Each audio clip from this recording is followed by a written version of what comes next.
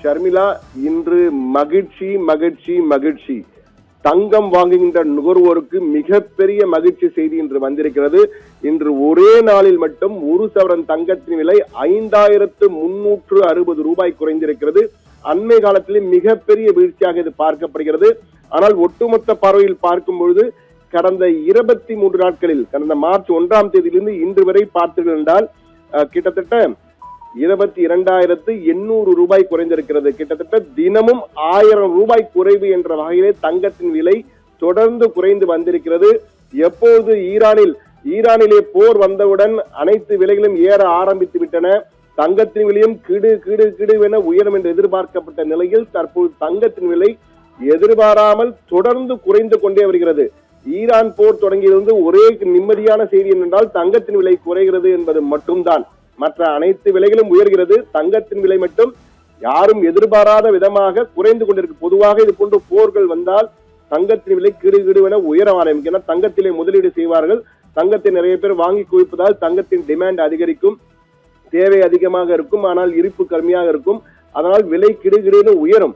ஆனால் தற்போது எதிர்மறை பொருளாதாரம் என்பார்களே, அப்படி ஒரு பொருளாதாரம் தான் ரிவர்ஸ் ஆஸ்மோசிஸ் நடந்து கொண்டிருக்கிறது இங்கு என்றுதான் கூற வேண்டும்.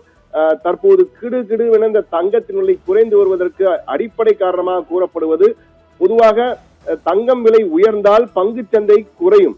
ஆனால் இங்கு பங்கு சந்தைகளும் வீழ்ச்சி அடைகின்றன, தங்கத்தின் விலையும் வீழ்ச்சி அடைகிறது. ஆனால் டாலர் மட்டும் அதிகமாகிக் கொண்டிருக்கிறது. இந்தியாவில் மட்டும்தான் சற்று வித்தியாசமாக இந்திய ரூபாயின் மதிப்பு, டாலருக்கு எதிரான இந்திய ரூபாயின் மதிப்பு தொடர்ந்து வீழ்ச்சி அடைந்து கொண்டே இருக்கிறது. அதாவது ஒரு டாலருக்கான விலை 80 ரூபாய் என்பது தற்போது 93க்கு கிட்டத்தட்ட வந்துவிட்டது, அதிகமாகிக் கொண்டே இருக்கிறது. எனவே இந்திய ரூபாய்க்கு பிரச்சனை, ஆனால் தங்கத்தின் விலை தொடர்ந்து குறைந்திருக்கிறது. பங்குகளின் விலையும் தொடர்ந்து குறைவதால் பங்கு சந்தையை தடுமாறி கொண்டிருக்கின்றதான் கூற வேண்டும். இன்று காலை பங்கு சந்தை தொடங்கிய உடனே 1000 ரூபாய் வீழ்ச்சி, 1000 புள்ளிகள் வீழ்ச்சி இருந்தது. எனவே மிகப்பெரிய வீழ்ச்சி அங்கு. ஆனால் தற்போது தங்க சந்தையிலே வணிகர்களும் தற்போது மகிழ்ச்சியாக இருக்கிறார்கள். என்றால் தங்கத்தின் நுகர்வு அதிகமாகும் என்று. வெள்ளியின் விலையும் பார்த்தால் குறைந்திருக்கிறது. அதுவும் கடந்த 4 தினங்களாக 250 ரூபாயாக இருந்தது 1 கிராம் வெள்ளி. தற்போது 15 ரூபாய் குறைந்து 235 ரூபாய். அதாவது 1 கிலோ பார் வெள்ளியின் விலை 2,35,000 ரூபாய்க்கு விற்பனை ஆகிறது.